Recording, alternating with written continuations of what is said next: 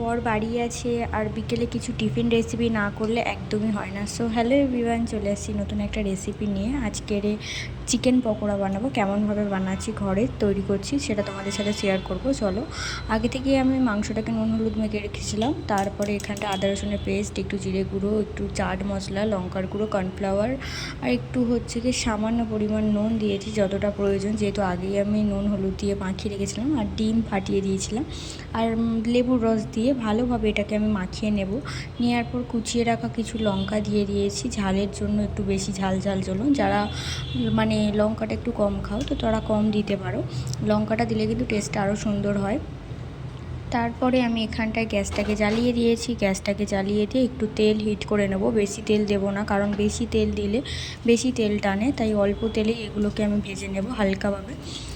এটা করার সময় কিন্তু সবসময় মনে রাখতে হবে এটা মিডিয়াম ফ্লেমে রাখবে। হাই ফ্লেমে রাখলে নিচে থেকে পুড়ে যাবে, অথচ সিদ্ধ হবে না ভিতরে। তাই মিডিয়াম ফ্লেমে এটা আস্তে আস্তে আমি ভেজে নেব। ঢাকা কিন্তু দেবে না, তাহলে কেমন একটা ভ্যাপসানি হয়ে যায়।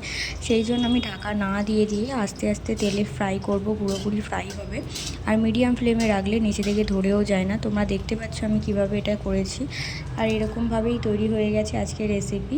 চলো, কেমন হয়েছে অবশ্যই কমেন্টে জানিও। আমি তো এদিকে টিফিন তৈরি করে নিয়েছি, তোমরা করলে অবশ্যই জানিও। ভালো লাগলে লাইক কমেন্ট শেয়ার করে দিও।